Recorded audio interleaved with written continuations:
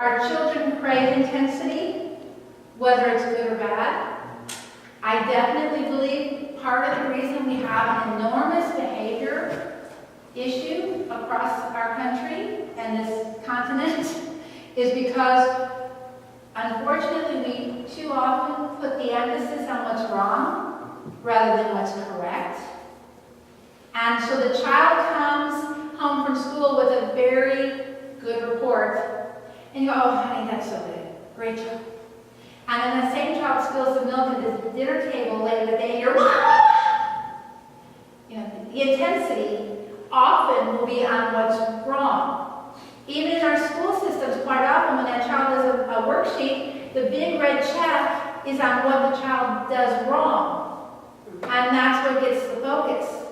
Even if it's only one problem wrong out of 20, what draws the attention? The one big red check. As neurodevelopmentalists, when we look at worksheets and we grade their tests and what they're doing, we put the great big check on what they did correct. And if I have a child that I'm working with and they only get one correct, I go, look at that! You got one correct? I'm so proud of you. That's so good. And if we keep working, I bet next time, maybe you get 2 or 3. And then they come back later and, oh, they got 5 correct. And you make a huge deal out of what they got correct. Because that's the most important thing. We want the positive environment, not the negative environment. There was a special ed teacher a number of years ago who was given a class of what was termed learning disabled or mentally retarded children. Not a very nice phrase, mentally retarded. That's what was used back then. And the expectation that he was given for this class by the school board was nothing. Like, don't expect anything from these kids. And he thought, there's no way that's going to happen. So he went in there with a really positive approach. By the end of the year, he had those kids, like their math level or grades were on par with the other, like typical children. He made those kids believe that math was so much fun that the reward, and if one correct, he would jump up and down and make a big fuss, and it was great, stuff like that. The reward for getting one correct was getting to go into more math problems. He had a great big pot, but he convinced these kids that math was fun. So what better reward than to go do more math? That's great.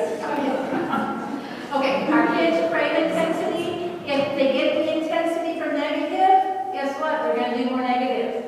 If they get your attention and they get your intensity when they do bad things, and when they're disobedient, I believe they're going to do more bad things and be more disobedient because they're craving that intensity from you. Okay, duration. Short periods of time over a certain length of time in order to see the change happen. So again, we've already talked about short periods of time working with your child produces greater intensity, which produces greater results. Over the length of time, you've got to stick with it until you see completion of what you're looking for. I'm going to give you my ultimate, most favorite frequency, intensity, and duration story. Years ago, I worked with a 12-year-old who was pretty severely autistic, and he would only eat his food scorching hot or iceberg cold. He would put it in the microwave and nuke it till it was smoking, or deep freeze till it was frozen. I don't know how he chewed it, but he did. And that's the only way he would eat food. And his mom was going nuts.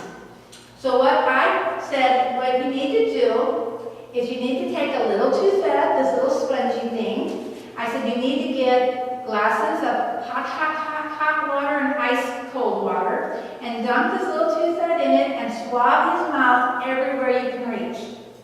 And then cold, and then hot, and then cold, and then hot. And then I said, over a course of time, I want you to begin varying the temperatures from hot to not quite so hot to not quite so hot to lukewarm to cool to colder to cold. And give the brain the stimulation of different temperatures. And I said, I want you to do that. My memory is failing me. I think it was 16 times a day, high frequency, for 1 minute, short duration. So every time they they did it, it was like a new stimulation to the brain.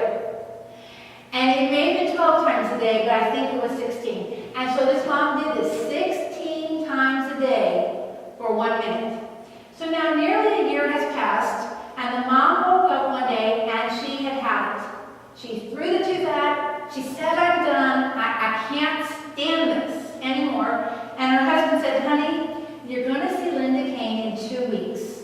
Why don't you at least do it and hold out until you see her? And she said, okay, for you I will do it, but when I get to see her, I am going to strangle her now. She was done. I don't blame her. A year of this. So about 3 days before the evaluation, her son woke up. He ate perfectly normal. He didn't gradually begin eating normally. He didn't show any signs of deviation from the hot and cold. Just one morning, boom. He woke up and he ate food normally. And what happened, I believe, is all that stimulation, high frequency, so the brain got a lot of input, short duration, and over the course of time, every time we stimulated, the brain was building pathways. The brain was building pathways. The brain was building pathways. And that morning, boom, the pathways connected. The brain had enough good input that it now could operate in good output. And all she said was, what if I had quit? What if I had stopped? He'd still be eating that way the rest of his life.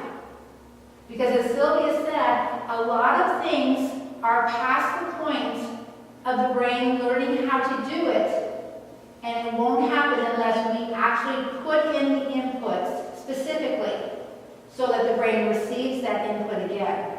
And that's a classic example of input, input, input, input, etc., and then you get your output. And especially the more involved kids, I think the parents get sick of us saying that.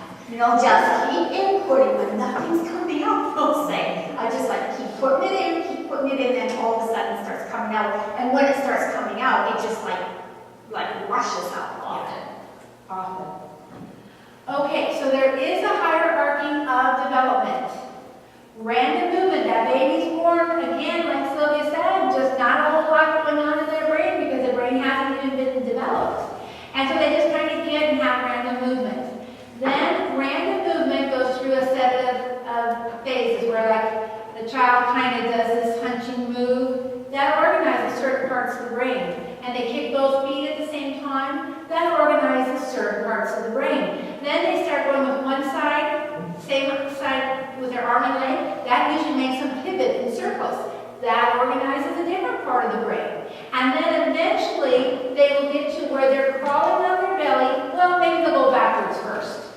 But eventually, going forward in a cross-pattern motion with one arm up and the opposite leg kicking off. That's the most efficient way. So that every single one of those movements is there to develop parts of the brain and help to integrate the primitive reflexes. After crawling on the belly, the baby gets up on the hands and knees. And he usually will look up at the ceiling and then back down to the floor. And then up to the ceiling, back down to the floor. If any of you guys are on program, you might recognize that as the Tiger Creek that we recommend. Then they'll go usually backwards first, and then they go forwards. In a cross-pattern motion.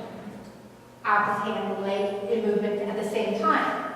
What that is again, organizing certain levels of the brain, as well as helping to integrate those primitive reflexes. Primitive reflexes that are not properly integrated into the body act like little hooks, keeping higher development from happening, and higher function and higher reflex function from being able to organize and come in. So it's very important. And then typically from creeping on hands and knees, the child will get up, cruise, and walk. That's the hierarchy, the 4 stages of mobility. It is critical that every child go through that. If a child has not gone through that, no matter what age it is, we need to go back, train the brain, and go through those steps of development.